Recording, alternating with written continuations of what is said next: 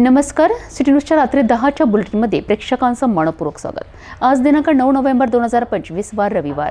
बातमीची सुरुवात करूया सुविचार मालेने। स्वतःला कधीही कमी लेखू नका। तुमच्या आत्मविश्वासाने अशक्य गोष्टी सुद्धा शक्य होऊ शकतात। आजचा सुविचार आपण बघितला, आता बघूया बातमीपत्रातील ठळक बातम्या।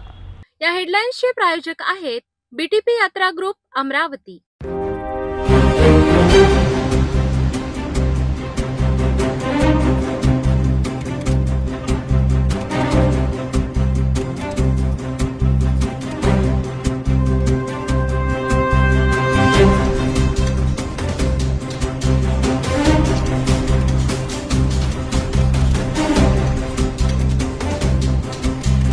आपण ठळक बातम्या बघितल्या, आता घेऊया छोटासा ब्रेक। शादी और ब्याह की शुरुआत आराधना साड़ी के साथ। Aradhana wholesale shopping mall L2 Bijland complex, Nandgaon Peth, Amravati, Jawahar road, Amravati. ब्रेकनंतर बघूया सविस्तर बातम्या। रविवारी अमरावतीत संपन्न झालं भारत स्वाभिमान पतंजली योग समितीचं कार्यकर्ता महासंमेलन। संत ज्ञानेश्वर भवनात भरलेल्या या भव्य महासंमेलनात देशभरातून कार्यकर्त्यांची उपस्थिती होती। मुख्य अतिथी म्हणून पतंजली योगपीठ हरिद्वारचे मुख्य केंद्रीय प्रभारी पूज्य स्वामी परमार्थ देवजी महाराज हे उपस्थित होते। या कार्यक्रमाला खासदार डॉक्टर अनिल बोंडे, आमदार रवी राणा तसेच अनेक मान्यवरांची उपस्थिती लाभली। या कार्यक्रमात योग, अध्यात्म, संस्कार आणि राष्ट्र निर्मिती यावर महत्त्वपूर्ण विचार मांडण्यात आले। अमरावतीतील संत ज्ञानेश्वर भवन येथे भारत स्वाभिमान पतंजली योग समितीच्या कार्यकर्ता महासंमेलनाचे आयोजन करण्यात आले। या कार्यक्रमाचे प्रमुख अतिथी होते पतंजली योगपीठ हरिद्वारचे मुख्य केंद्रीय प्रभारी पूज्य स्वामी परमार्थ देवजी महाराज। यावेळी व्यासपीठावर वासुदेव गिरी महाराज, संतोषजी महाराज, सागर देशमुख महाराज, मधावनंद देव महाराज, खासदार डॉक्टर अनिल बोंडे, आमदार रवी राणा तसेच कार्यक्रमाचे आयोजक चंद्रकुमार जाजोदिया, संजीवनी ताई, दिलीप लोखंडे, यशपाल आर्य, दिनेश राठोड, अशोक मुंदडा आणि गिरीधर देशमुख हे पतंजली योग समितीचे पदाधिकारी मोठ्या संख्येने उपस्थित होते। खासदार अनिल बोंडे यांनी आपल्या भाषणात सांगितले की 2003 मध्ये पहिले योग शिबिर घेण्यात आले आणि आज योग घराघरात पोहोचला आहे। 2015 मध्ये नरेंद्र मोदींनी संयुक्त राष्ट्रात योगाचा प्रस्ताव मांडला आणि 21 जून हा दिवस आंतरराष्ट्रीय योग दिन म्हणून घोषित करण्यात आला। आमदार रवी राणा यांनी करो योग रहो निरोग हे सूत्र सांगत योगाचे महत्त्व पटवून दिले। ते म्हणालेत की पतंजली कार्यक्रमाला सर्वात मोठी मदत लप्पीभाई यांनी केली आहे। तसेच लप्पी सेठ हनुमान गडीजवळ पतंजलीसाठी जागा उपलब्ध करून देतील असा त्यांना विश्वास आहे। रवी राणा यांनी सांगितले की त्यांची व नवनीत राणांची पहिली भेटही योग शिबिरातच झाली होती। शरीर से फिट रहना, आत्मधून पूर्ण स्वच्छ राहण्यासाठी योगा प्राणायाम करण्याची गरज आहे आणि या धावपळीच्या जीवनामध्ये जो योगा प्राणायाम करेल तोच आयुष्य जगू शकते। आणि मला असं वाटतं आयुष्य जगायचं आहे तर स्वामी रामदेवजी महाराजांना हृदयामध्ये ठेवा, योगा प्राणायाम करा आणि त्याच्यामधून आपल्या शरीराला स्वस्थ ठेवा। मला आठवते की देशमुख साहेब इथे आहे, संचालन करताय सगळेजण। स्वामीजींच्या शिबिरमध्ये मला माझी आणि नवनीत राणांची भेट झाली होती। जेव्हा त्या तिथे गेस्ट म्हणून आल्या त्याच्यानंतरच आमचं आणि स्वामी रामदेवजी महाराजांनी आशीर्वाद दिला। त्यांना विचारूनच आम्ही पुढे वाटचाल केली, त्यांना विचारूनच मग लग्नाचे फेरे घेतले आणि ते फेरे घेताना स्वामीजींनीच मंत्र पडले लग्नाचे आणि त्यातून ही जोडी या देशामध्ये या महाराष्ट्रामध्ये निर्माण झाली। आणि मला आठवते की स्वामीजींच्या अनेकदा आता फोनवर बोलणं होते, कुठे भेटी होतात, तर नेहमी जुन्या जेव्हा आठवणी काढतो तेव्हा मला असं वाटतं प्रत्येक संकटामध्ये जेव्हा आपल्या रामलीला ग्राउंडमध्ये जेव्हा आंदोलन झालं तर त्या ग्राउंडवर यशपालजी लप्पीभाई पण होते। त्या ग्राउंडवर त्या दिवशी आम्हीच त्या स्टेजवर झोपलो होतो आता आणि पूर्ण त्या काळामध्ये सुद्धा शेवटच्या टोकापर्यंत स्वामीजींसोबत होतो। कारण की मला आठवते की प्रत्येक वेळा ज्या ज्या प्रसंगी पतंजली परिवाराने जो जो आशीर्वाद मला दिला त्या ठिकाणी जिथे त्या ठिकाणी माझी गरज पडली किंवा त्या ठिकाणी परिवारासारखं आम्ही नेहमी उभा राहिलो।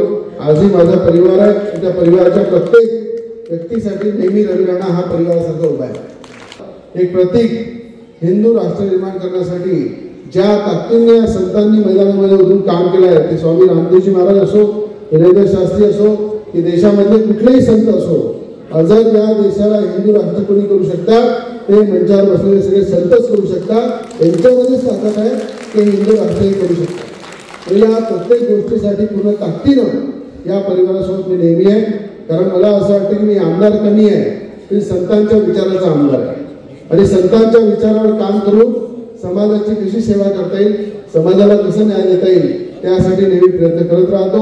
मी लप्पी भैयाचं विशेष अभिनंदन करीन की लप्पी भैयाने पतंजली योगपीठासाठी आणि पतंजली परिवारासाठी जे योगदान दिलं ते मला असं वाटतं ते तीर्थाच्या शब्दात सांगत नाही, पण पतंजलीचं फाउंडेशन जे आहे, फाउंडेशनच्या इमारतीचं भूमिपूजन जे आहे तेव्हापासून आम्ही पतंजली सोबत जोडलेलं आहे आणि लप्पी भैयाने तेव्हापासून अनेकदा त्या ठिकाणी पतंजली परिवाराला मदत केली, डोनेशन दिलं आणि या कार्यक्रमाला सुद्धा सगळ्यात भरीव मदत लप्पी भैयाने दिल्याबद्दल मी त्यांचं मनापासून धन्यवाद देतो.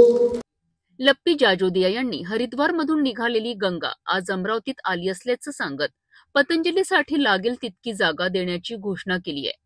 इतना अमरावती के इतिहास का इतना बड़ा दिन है कि जो हरिद्वार से जो गंगा निकली है योग की, खुद गंगा हरिद्वार से चल के हमारे परम श्रद्धेय स्वामी रामदेव जी के जो हमारे केंद्रीय पर्यवेक्षक है, प्रभारी है और योग के बड़े अच्छे ज्ञाता है, योग प्राणायाम आयुर्वेद सभी के, ऐसे हमारे आदर्श श्री परमात्मा देव जी आज अमरावती कल से आए हुए हैं, परसों ही आ गए थे रात में.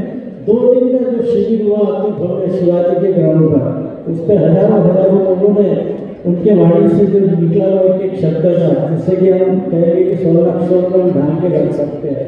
ऐसा सुंदर, ऐसा परम करुणा की. सागर देशमुख महाराज यांनी म्हटलं की रामदेव बाबा हे धन्वंतरीचेच अवतार आहेत. पतंजली आणि RSS यांनी भारतात धर्म टिकवून ठेवला आहे. भारताची आयु वाढवायची असेल तर पतंजलीचा वापर करा असा सल्ला त्यांनी दिलाय. तसेच शाळांमध्ये पहिल्या वर्गापासून योग शिक्षण सुरू करण्याची मागणीही त्यांनी केली आहे. या महासंमेलनाच्या माध्यमातून पतंजली योगपीठाने पुन्हा एकदा आरोग्य, संस्कृती आणि अध्यात्म यांचा संदेश दिला आहे. इसलिए दुरात्मा को परमात्मा से मिलाने का काम महात्मा ही करते हैं. जहाँ भी बोल रहे थे संत है तो बसंत है. तो अपने जीवन का यदि हम अंत नहीं चाहते हैं, यदि हम मोक्ष चाहते हैं, मुक्ति चाहते हैं जीते जी, तो हमको गुरु की बात का, गुरु के आदेश, उपदेश, संदेश का जीवन में उसका आधान करना है और समस्याओं का समाधान करना है. बहुत समस्या है, बहुत जो है अंतराय है, बहुत कष्ट है, लेकिन उन कष्टों को नष्ट करने का जो परम साधन परम पूज्य गुरुदेव जी महाराज ने दिया है. जो विद्या केवल ग्रंथों में थी, जो विद्या केवल गुफाओं में थी, उस विद्या को जनमानस तक, एक एक व्यक्ति तक, एक एक घर घर तक पहुंचाने का काम यदि किया है तो स्वामी जी महाराज ने किया है. नहीं तो लोग बोलते थे योग तो केवल योगियों का काम है, या योग कुछ विशेष लोगों का, कुछ विशेष जो है विशिष्ट लोगों का ही काम है. ये आम योग विद्या आम व्यक्ति कर नहीं सकता, आम व्यक्ति इसको करने में सामर्थ्य नहीं प्राप्त कर सकता है. लेकिन आज दुनिया में सबसे ज्यादा कोई शब्द प्रयोग किया जाता है तो योग शब्द है और गुरुवर ने करके दिखा दिया है. आज मॉडर्न मेडिकल साइंस भी इस बात को मानता है, बड़े बड़े डॉक्टर भी इस बात को मानते हैं. जो हजारों लाखों करोड़ों वर्ष पहले हमारे ऋषि मुनियों ने खोज करके बता दिया था. ऋषि रिसर्चर भगवती, सच्ची विज्ञान का जो प्रज्ञान का काम है, जो अनुसंधान का काम है, ये ढोंग आडंबर नहीं है. ये सच्चा विज्ञान है कि योग science is the complete science.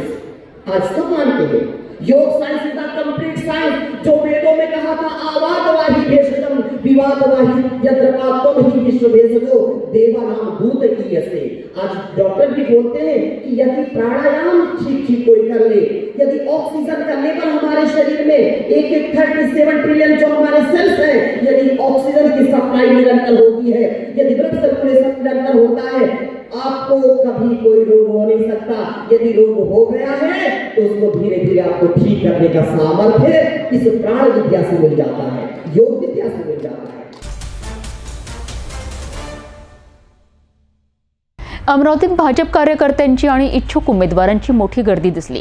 Rajapeth येथील भारतीय जनता पार्टी कार्यालयात धामणगाव रेल्वे, चांदूर रेल्वे नगर परिषद तसेच नांदगाव खंडेश्वर नगर पंचायतीसाठी उमेदवारांची नाव नोंदणी प्रक्रिया पार पडली आहे. या ठिकाणी महिलांचा उत्साही लक्षणीय होता. आगामी निवडणुकीकरिता भाजपकडून जोरदार तयारी सुरू झाली आहे. अमरावतीतील राजापेठेत असलेल्या भारतीय जनता पार्टीच्या जिल्हा कार्यालयात उमेदवारीसाठी प्रचंड गर्दी उसळलेली होती. धामणगाव रेल्वे, चांदूर रेल्वे नगर परिषद आणि नांदगाव खंडेश्वर नगर पंचायतीसाठी इच्छुक उमेदवारांनी अर्ज दाखल करण्यासाठी मोठ्या संख्येने उपस्थिती लावली. विशेष म्हणजे या प्रक्रियेत महिला उमेदवारांची उपस्थिती विशेष लक्षणीय ठरली. महिलांचा आत्मविश्वास आणि राजकारणातील सक्रिय सहभाग पाहून पक्षाचे वरिष्ठ नेतेही आनंदित दिसले. या प्रसंगी अमरावती ग्रामीण भारतीय जनता पार्टीचे अध्यक्ष रविराज देशमुख तसेच धामणगाव रेल्वेचे आमदार प्रताप अडसड हे उपस्थित होते. कार्यकर्त्यांमध्ये प्रचंड उत्साह असून प्रत्येक जण आगामी निवडणुकीसाठी सक्रिय झाल्याचे चित्र दिसत होते. राजापेठ कार्यालयाबाहेर अर्जदारांची आणि समर्थकांची मोठी गर्दी दिसून आली. तर कार्यालयाच्या आत अर्जांची छाननी, चर्चासत्रे आणि संवाद यांना सुरुवात झाली होती. भाजपकडून संघटनात्मक पातळीवर घेतली जाणारी ही उमेदवारांची नोंद प्रक्रिया पक्षाची ताकद आणि संघटनेतील शिस्त दाखविणारी ठरली. पूर्ण जिल्ह्यात 10 नगरपरिषद आणि 2 नगरपंचायती अशा निवडणुका, त्यामध्ये माझ्या मतदारसंघात 2 नगरपरिषद आणि 1 नगरपंचायत, धामणगाव रेल्वे आणि चांदूर रेल्वे नगर परिषद आहे आणि नांदगाव खंडेश्वर नगरपंचायत आहे. त्या इच्छुकांच्या मुलाखती पक्षाच्या आमचे जी काही पद्धत आहे त्या पद्धतीनं आज त्यांचे इंटरव्ह्यू सुरू आहे. आणि अत्यंत चांगलं उत्साहात आणि मैत्रीपूर्ण वातावरणात अत्यंत चांगले हे इंटरव्ह्यू होऊन राहिले. नांदगाव खंडेश्वरचे आटोपले, धामणगावचे आता अर्धे झाले आहे आणि यानंतर धामणगाव आटोपल्यानंतर चांदूर रेल्वेचे असे सगळे इंटरव्ह्यू होतील आणि अत्यंत चांगली उमेदवार यामध्ये येऊन राहिल्या आहे. क्षमता असणारे, निवडून येण्याची क्षमता असणारे आणि समाजासाठी काहीतरी करण्याची इच्छा असणारे, धडपड असणारे असे सगळे उमेदवार आहेत. महिलाही चांगल्या पद्धतीनं आणि तरुण, ज्येष्ठ, वेगवेगळ्या घटकातून, वेगवेगळ्या समाजातून असे सगळे कोण चांगले उमेदवार येऊन राहिले आहेत. मला विश्वास आहे की यानंतर 1-2-3 दिवसांमध्ये ही पूर्ण छाननी होऊन त्याची यादी जाहीर होईल आणि एक चांगला विजय या तिन्ही नगर परिषद, नगरपंचायतमध्ये आणि जिल्ह्यामध्ये सुद्धा भारतीय जनता पक्षाचा मोठा विजय यामध्ये आम्हाला मिळेल. अमरावतीतल्या विलासनगर हिंदू स्मशानभूमीचा कायापालट सुरू झाला आहे. वर्षानुवर्ष दुर्लक्षित राहिलेल्या या स्मशानभूमीचा आता विकास आणि सौंदर्यीकरणाच्या कामांनी चेहरामोहरा बदलला आहे. आमदार सुलभा खोडके यांच्या हस्ते विविध सुविधा व कामांचं उद्घाटन करण्यात आलं असून त्यांनी याला विकासाचा सुवर्ण काळ असं संबोधलं आहे. अमरावती शहरातील विलासनगर हिंदू स्मशानभूमी म्हणजेच मोक्षधाम वर्ष 1976 पासून अस्तित्वात आहे. परंतु अनेक दशकांपासून येथे अंत्यविधीसाठी योग्य सुविधा नसल्याने नागरिकांना गडगडेश्वर स्मशानभूमीपर्यंत जावे लागत होते. शहरातील वाढती लोकसंख्या आणि मोठ्या स्मशानभूमीवर वाढलेला ताण यामुळे विलासनगर स्मशानभूमीचा विकास गरजेचा झाला होता. कोविड काळात या स्मशानभूमीचे महत्त्व अधिक अधोरेखित झाले आणि प्रशासनाने याकडे लक्ष दिलं. अखेर मनपा प्रशासन आणि विलासनगर स्मशानभूमी संस्थान यांच्या संयुक्त पुढाकारातून या ठिकाणी विविध सुविधा उभारण्यात आल्या. नवीन पेविंग ब्लॉक, काँक्रिटीकरण, स्वच्छता व्यवस्था, सौंदर्यीकरण आणि सुरक्षिततेची सोय करण्यात आली आहे. या विकास कामाचं भूमिपूजन आणि उद्घाटन आमदार सुलभा खोडके यांच्या हस्ते करण्यात आलं. यावेळी विधान परिषद सदस्य आमदार संजय खोडके, संस्थांचे अध्यक्ष अशोक बसेरिया आणि अन्य मान्यवर उपस्थित होते. विलासनगर स्मशानभूमीतील या विकास कामांमुळे आता शहरातील मोठ्या स्मशानभूमींवर भार कमी होणार असून नागरिकांना इथूनच सर्व अंत्यविधी सुविधा उपलब्ध होणार आहेत.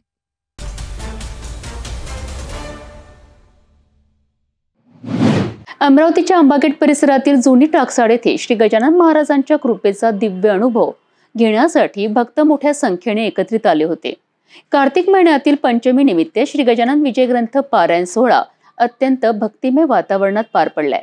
या सोहळ्यात महिलांचा विशेष उत्स्फूर्त सहभाग दिसून आला. संपूर्ण परिसरात गणगण गणात बोतेचा गजर घुमत राहिला. अमरावतीच्या आंबागेट परिसरातील जुनी टाकसाड येथे भक्तिमय वातावरणात श्री गजानन विजय ग्रंथ पारायण सोहळा उत्साहात पार पडलाय. कार्तिक महिन्यातील पंचमी रविवार 9 नोव्हेंबर रोजी संपन्न झालेल्या या सोहळ्याची मुखोद्गत पठण वैशालीताई देशपांडे यांनी केले आहेत. त्यांचा भावपूर्ण स्वर आणि भक्तिमय वाचन यामुळे वातावरण दैवी आनंदाने भारून गेलेत.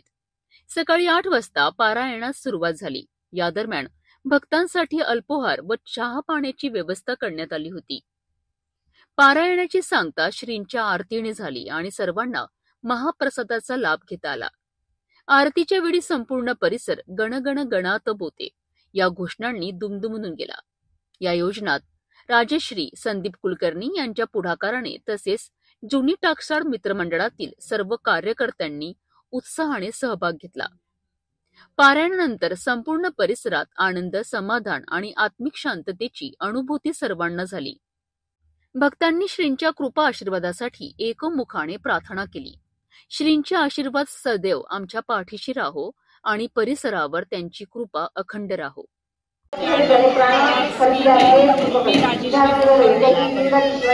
आमचं मंडळ आमचे बंधू आणि भगिनी जे आमचे मंडळाचे सर्व सेवेकरी त्यांनी मनापासून खूप मेहनत घेतली. त्यांना मी नमन करते. लहान असे मोठे असो आणि बाबांच्या आशीर्वादाने हा कार्यक्रम पूर्णत्वास असलेला या मुलांनी यांचे खूप खूप मी मनापासून आभार मानते. जय गुरु.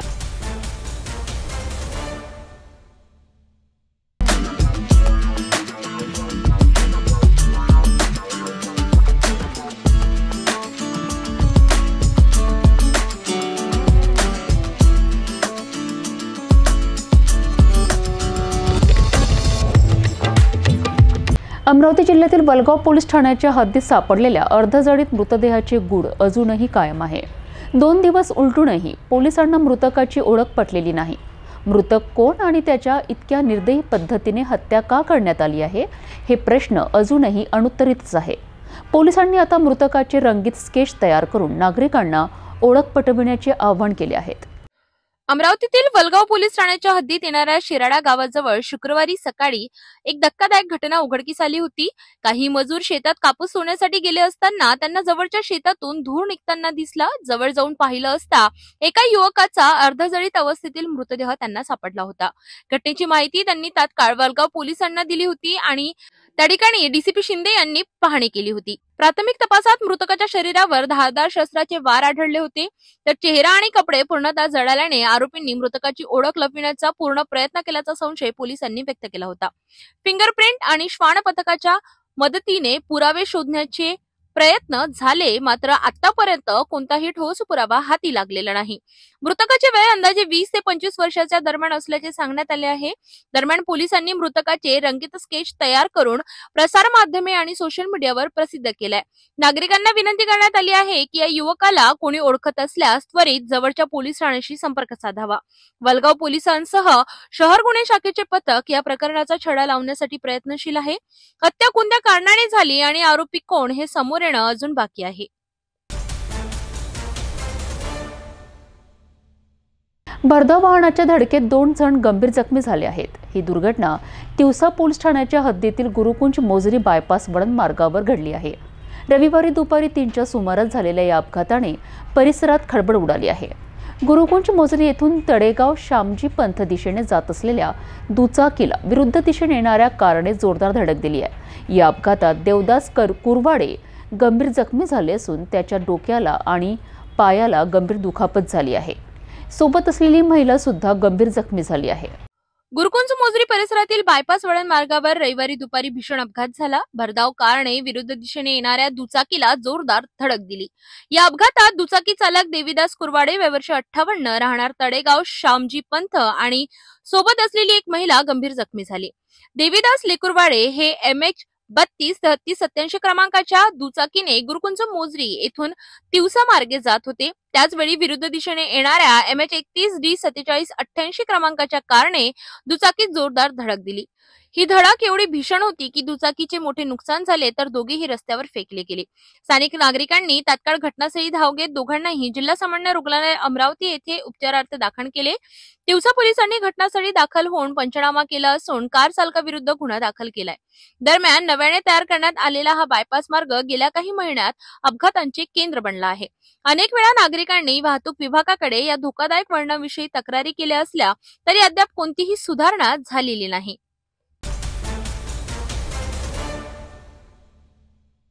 शिक्षक पात्रता परीक्षा संदर्भात सर्वोच्च न्यायालयाने दिलेल्या निकालानंतर राज्यातील शिक्षकांमध्ये प्रचंड असंतोष निर्माण झाला आहे.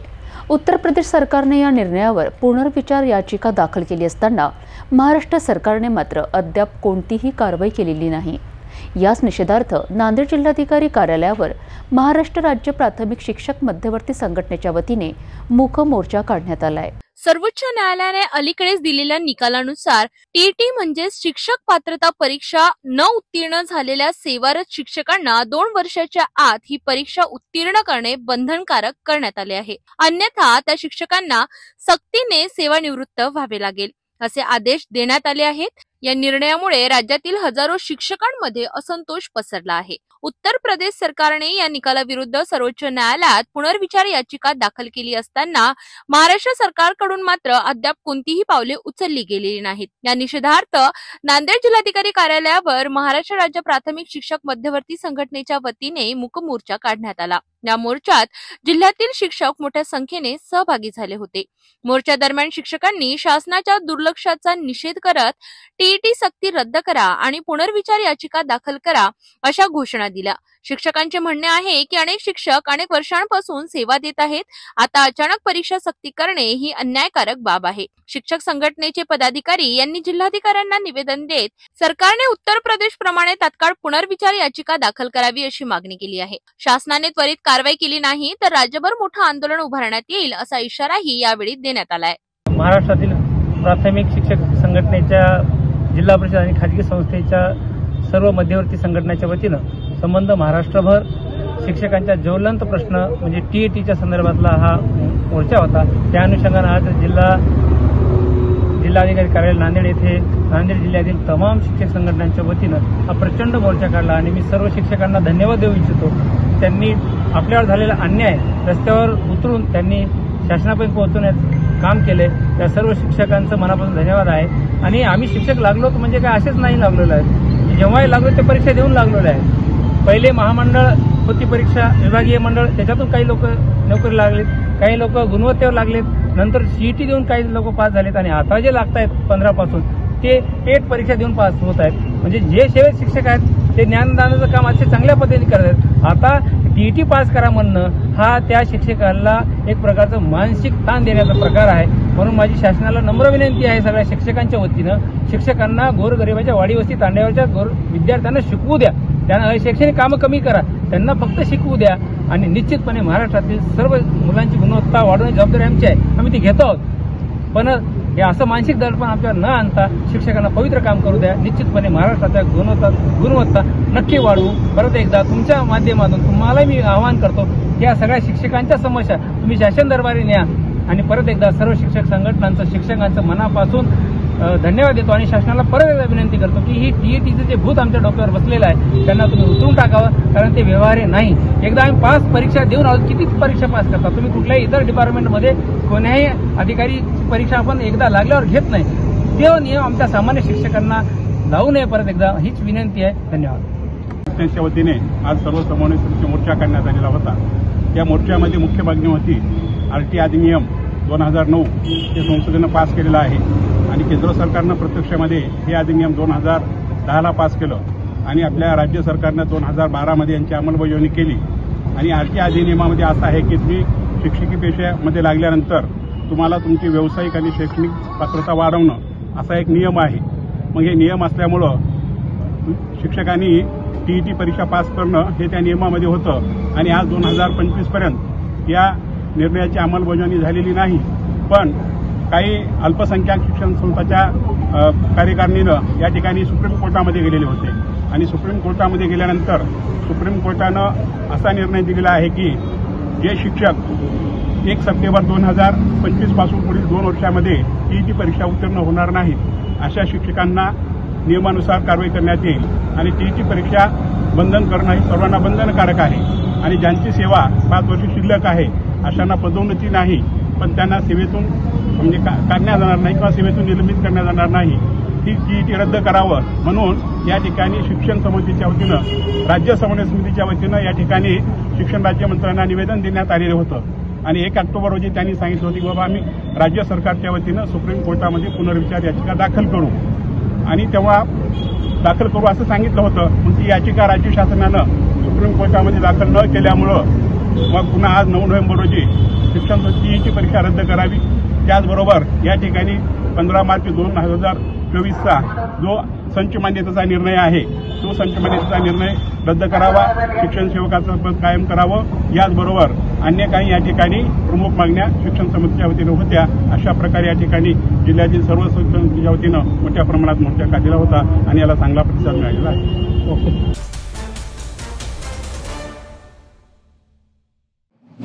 लातूरमध्ये रविवारी सकाळी थरकाप उडवणारी घटना घडली आहे। नांदेड रोडवरील गरुड चौकाजवळ उभ्या असलेल्या सीएनजी टेम्पोतून अचानक गॅस लीक होऊ लागल्याने एकच गोंधळ उडालाय। परिसरात गॅसचा तीव्र वास पसरल्याने नागरिक आणि वाहन चालकांनी धावाधाव केली। पोलीस आणि अग्निशामक दलाने तातडीने घटनास्थळी पोहोचून परिस्थिती नियंत्रणात आणण्याचा जीव तोडून प्रयत्न केला। सुदैवाने कोणतीही जीवितहानी झालेली नाही, मात्र परिसरात भीतीचं वातावरण कायम आहे। रविवारी सकाळी सुमारे 8च्या सुमारास लातूरच्या नांदेड रोडवर गरुड चौकाजवळ अचानक गॅसचा तीव्र वास पसरला। तपास घेतल्यावर फिनना मिनाल हॉस्पिटल समोर उभ्या असलेल्या सीएनजी टेम्पोतून गॅस मोठ्या प्रमाणात लीक होत असल्याचं समोर आलं आहे। क्षणातच नागरिक, वाहन चालक आणि हॉस्पिटलमधील लोकांची धावाधाव सुरू झाली। भयाचं वातावरण निर्माण झाल्याने पोलिसांनी घटनास्थळी धाव घेत दोन्ही बाजूंची वाहतूक बंद केली आणि परिसर सील केला। महापालिकेच्या अग्निशामक दलाने वेळीत पोहोचत पाण्याचा जबरदस्त मारा करत टेम्पो थंड करण्याचा आटोकाट प्रयत्न केला। सीएनजी गॅसचा लिकेज मोठा असल्याने परिस्थिती गंभीर वाटू लागली होती। पोलीस व अग्निशामक कर्मचारी नागरिकांच्या सुरक्षिततेकरिता तळ ठोकून काम करीत आहेत। नागरिकांना अपघात टाळण्यासाठी परिसरात न थांबण्याचं आवाहन करण्यात आलं आहे।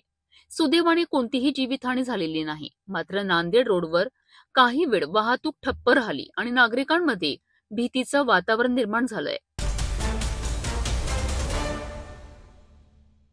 नांदेड जिल्ह्यातील मुखेड शहरात माणुसकीला काळीमा फासणारी थरकाप उडवणारी घटना घडली आहे। केवळ 6 वर्षाच्या चिमुकलीवर एका 22 वर्षाच्या तरुणानं अमानुष कृत्य केल्याची धक्कादायक बाब समोर आली आहे। या घटनेनंतर मुखेडमध्ये संतापाचा स्फोट झाला असून आरोपीला फाशी देण्याची मागणी जोर धरू लागली आहे। घडलेलं नेमकं काय, आरोपी कोण आहे आणि पोलिसांनी आतापर्यंत कोणती कारवाई केली आहे? नांदेड जिल्ह्यातील मुखेड शहरात 7 नोव्हेंबरच्या सायंकाळी एक हृदयद्रावक घटना घडली। फक्त 6 वर्षांची चिमुकली खासगी शिकवणी संपवून घरी येत असताना एका 22 वर्षाच्या तरुणाने तिचा पाठलाग केला आणि निर्जन ठिकाणी नेऊन तिच्यावर अमानुष अत्याचार केला। या प्रकरणाची माहिती मिळताच पोलिसांनी तात्काळ आरोपी ओमकार डाकुरवार याला ताब्यात घेतलं। मुखेड पोलीस ठाण्यात विविध कलमांखाली गुन्हा दाखल करण्यात आला असून पुढील तपास सुरू आहे। घटनेनंतर संतप्त नागरिकांनी मुखेड पोलीस ठाण्याबाहेर मोठी गर्दी केली आणि आरोपीला तात्काळ फाशी देण्याची मागणी केली आहे।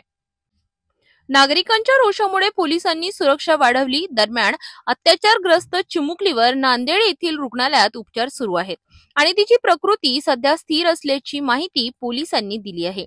देगलूर पोलीस उप अधीक्षक संकेत गोसावी यांनी सांगितलं की ही केस फास्ट ट्रॅक कोर्टात चालविण्याचे प्रयत्न सुरू आहेत, जेणेकरून आरोपीला लवकरात लवकर कठोर शिक्षा मिळू शकेल। तर काँग्रेसचे खासदार रवींद्र चव्हाण यांनी या घटनेवर तीव्र प्रतिक्रिया नोंदवत आरोपीला कडक शिक्षा व्हावी अशी मागणी केली आहे।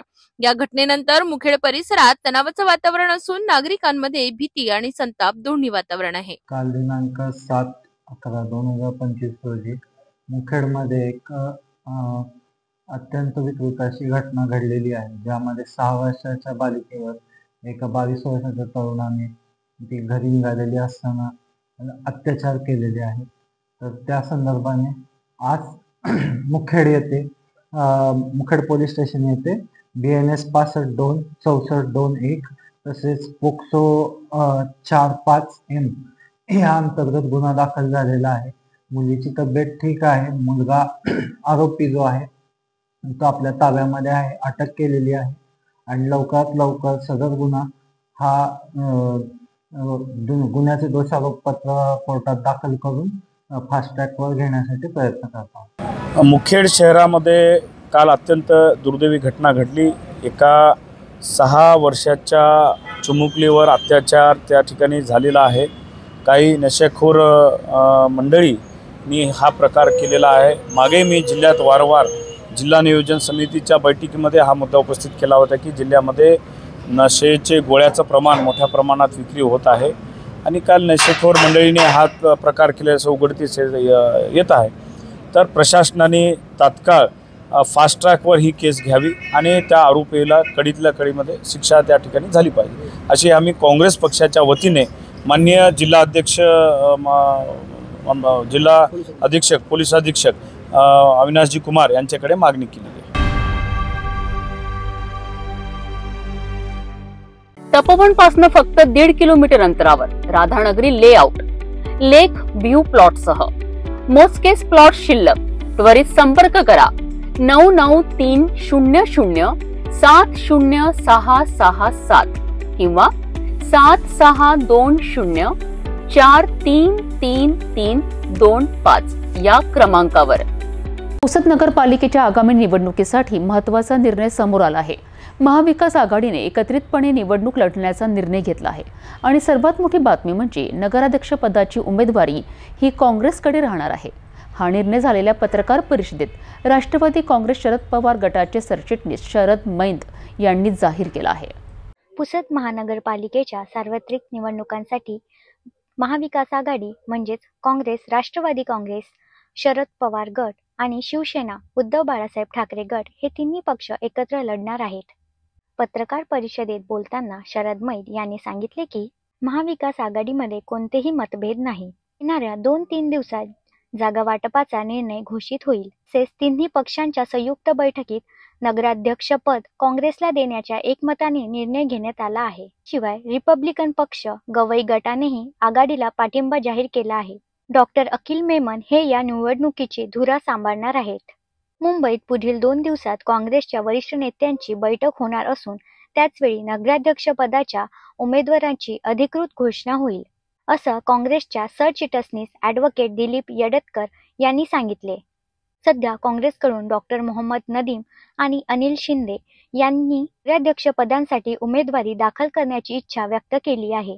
या पत्रकार परिषदेला काँग्रेसचे पदाधिकारी व कार्यकर्ते उपस्थित होते।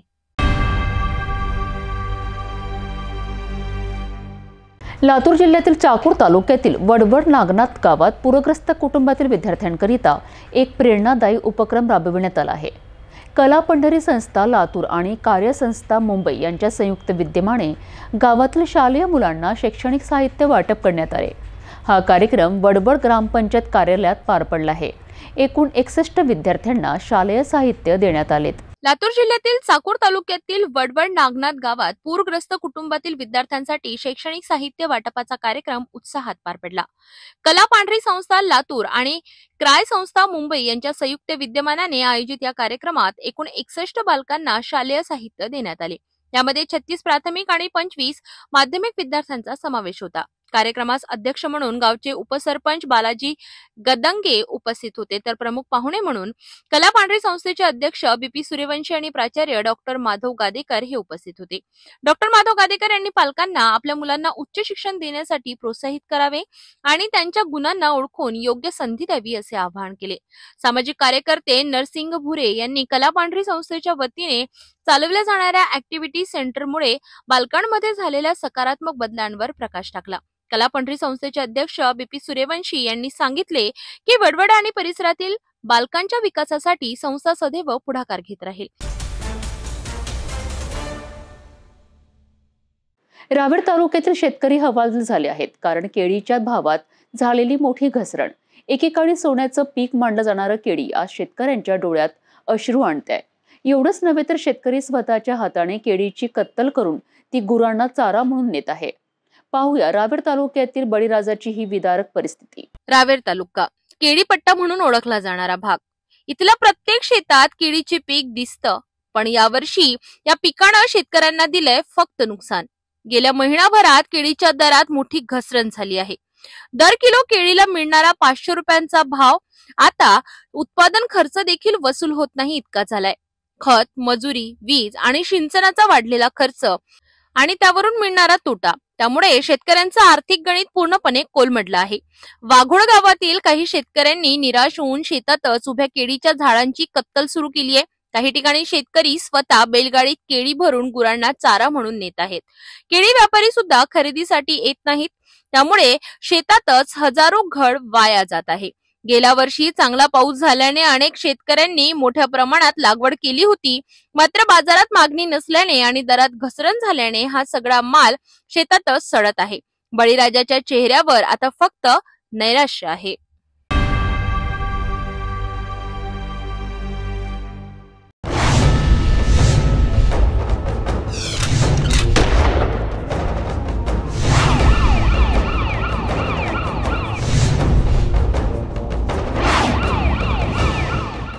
हुंड्याच्या विडख्यात अजून किती मोहिनी बळी जाणार हा प्रश्न आज पुन्हा एकदा समाजाच्या अंतःकरणाला भिडतो आहे. नाशिक जिल्ह्यातील चांदवड तालुक्यात घडलेली ही घटना संपूर्ण महाराष्ट्राला हादरून गेली आहे. फक्त 22 वर्षाची मोहिनी चंद्रकांत अहिरे सासरच्या छळाला कंटाळून तिने जीवन संपवलंय. हुंड्यासाठी सुरू असलेल्या अत्याचाराचं हे चक्र अजून थांबत नाहीये. या घटनेनंतर संताप व्यक्त असून पोलिसांनी 6 जणांविरुद्ध गुन्हा दाखल केला आहे.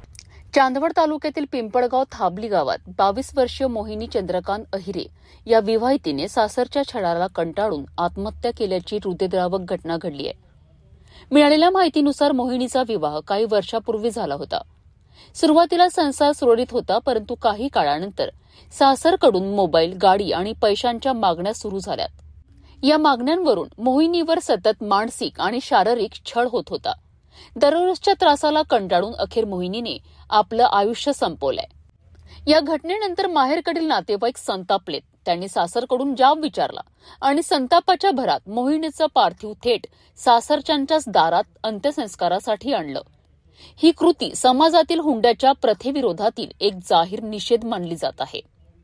या घटनेनंतर पोलिसांनी मोहिनीचा पती चंद्रकांत प्रकाश अहिरे याच्यासह सासरच्या 6 जणांवर प्रकाश जगाजी अहिरे, अनिता प्रकाश अहिरे, संदीप प्रकाश अहिरे, सरिता प्रकाश अहिरे आणि पूजा प्रकाश अहिरे हुंड्यासाठी छळ आणि आत्महत्येस प्रवृत्त केल्याचा गुन्हा दाखल केला आहे. या सर्व आरोपींना पोलिसांनी ताब्यात घेतलं असून पुढील तपास सुरू आहे. समाजात अजूनही हुंडा ही राक्षसी प्रथा जिवंत आहे आणि मोहिनीचा मृत्यू या प्रथेविरुद्धचं एक गंभीर प्रश्नचिन्ह ठरतो आहे.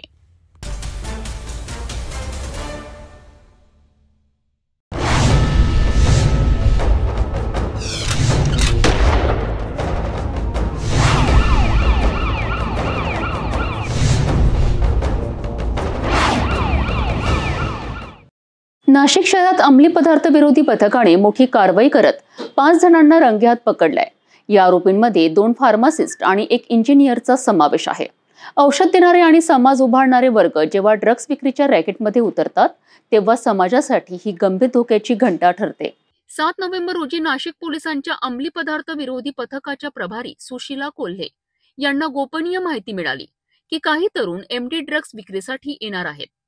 सह्याद्री हॉस्पिटल सिग्नल ते कोटगल्ली सिग्नल दरम्यान आनंद लॉन्ड्री जवळ पोलिसांनी सापळा रचलाय आणि तिथे आलेल्या 5 तरुणांना रंगेहात पकडण्यात आलं आहे.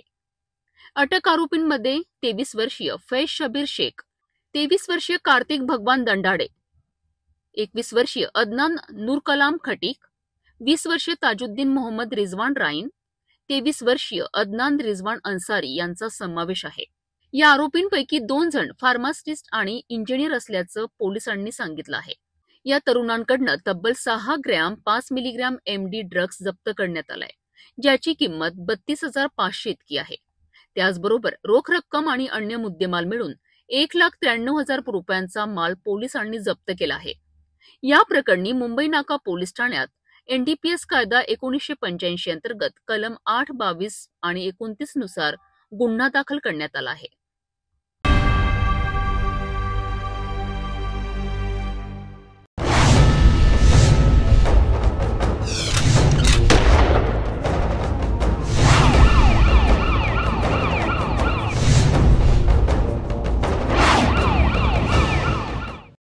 जालना जिल्ह्यातील भोकरदन तालुक्यातील वालसावंगी गावाजवळ रविवारी सकाळी उघडकीस आलेल्या दुर्दैवी घटनेने संपूर्ण परिसर हादरला आहे. मौजे वाढवणाजवळील कालिंका माता डोंगर परिसरात 2 जणांनी एकाच झाडाला गळफास घेऊन आत्महत्या केल्याची धक्कादायक घटना समोर आली आहे. स्थानिकांमध्ये या घटनेची जोरदार चर्चा असून दोघांमधील संबंधाचं गूढ अजूनही पोलीस तपासाच्या विळख्यात आहे. जालना जिल्ह्यातील भोकरदन तालुक्यातील वालसावंगी गावाशी संबंधित एक हृदयद्रावक घटना रविवारी सकाळी उघडकीस आली आहे.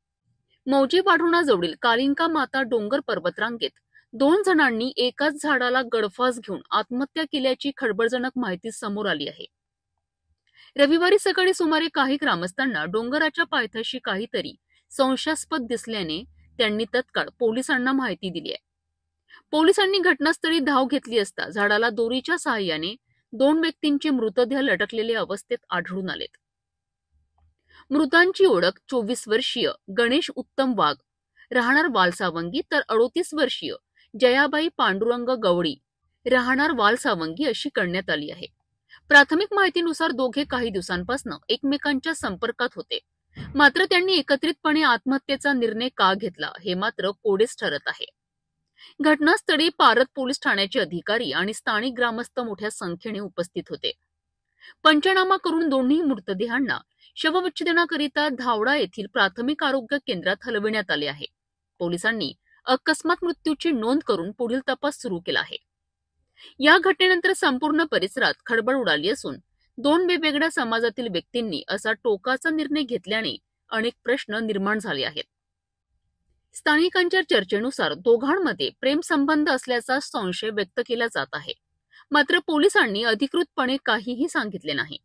या तपासानंतरच आत्महत्येचं नेमकं कारण उघड होईल अशी माहिती पोलिसांकडून देण्यात आली आहे. रायगड जिल्ह्यातील मुरुड तालुक्यातील प्रसिद्ध काशीद समुद्र किनाऱ्यावर शनिवारी एक हृदयद्रावक घटना घडली आहे. फिरायला आलेल्या अकोला जिल्ह्यातील विद्यार्थ्यांपैकी 2घांचा समुद्रात बुडून मृत्यू झाला असून एकाला वाचवण्यात यश आलं आहे. पर्यटन हंगामाच्या सुरुवातीलाच घडलेली ही घटना संपूर्ण परिसरात शोककळा पसरवणारी आहे. मुरुड तालुक्यातील प्रसिद्ध काशीद समुद्र किनाऱ्यावर शनिवारी सायंकाळी भीषण घटना घडली.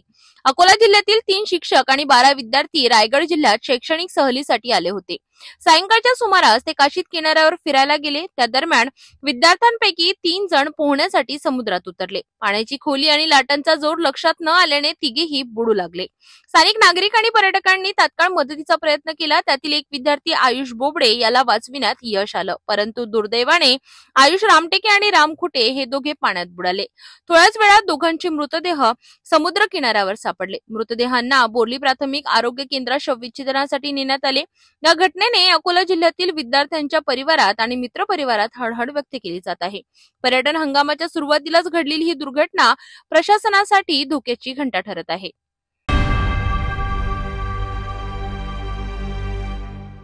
जाता जाता पुन्हा एकदाच्या ठळक बातम्या. या हेडलाईन्सचे प्रायोजक आहेत बीटीपी यात्रा ग्रुप अमरावती.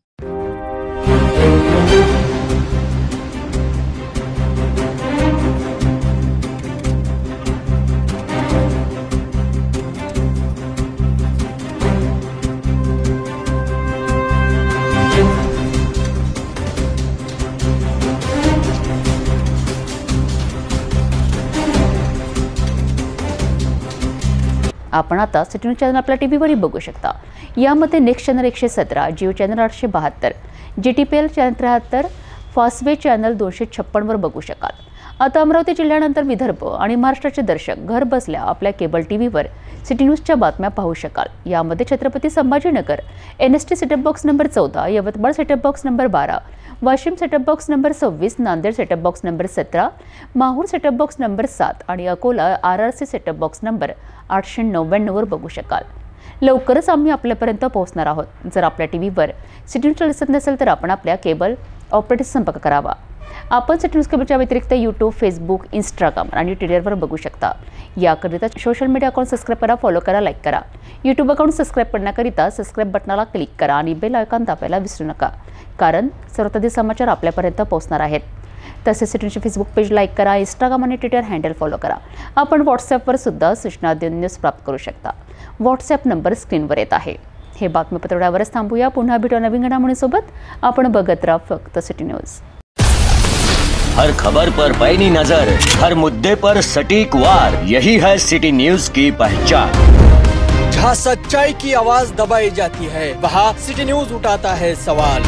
हर स्क्रीन पर, हर प्लेटफॉर्म पर हमारी मौजूदगी बोलती है. सिटी न्यूज, हमेशा सच के साथ। अस्वीकरण सिटी न्यूज चॅनलवर राजकीय, सामाजिक, धार्मिक कार्यकर्ते, प्रशासकीय अधिकारी, कर्मचारी किंवा कोणत्याही व्यक्तीने व्यक्त केलेले विचार अथवा माहिती ही त्यांची वैयक्तिक मते आहेत। त्या मतांशी सिटी न्यूज चॅनलची सहमती असणे आवश्यक नाही।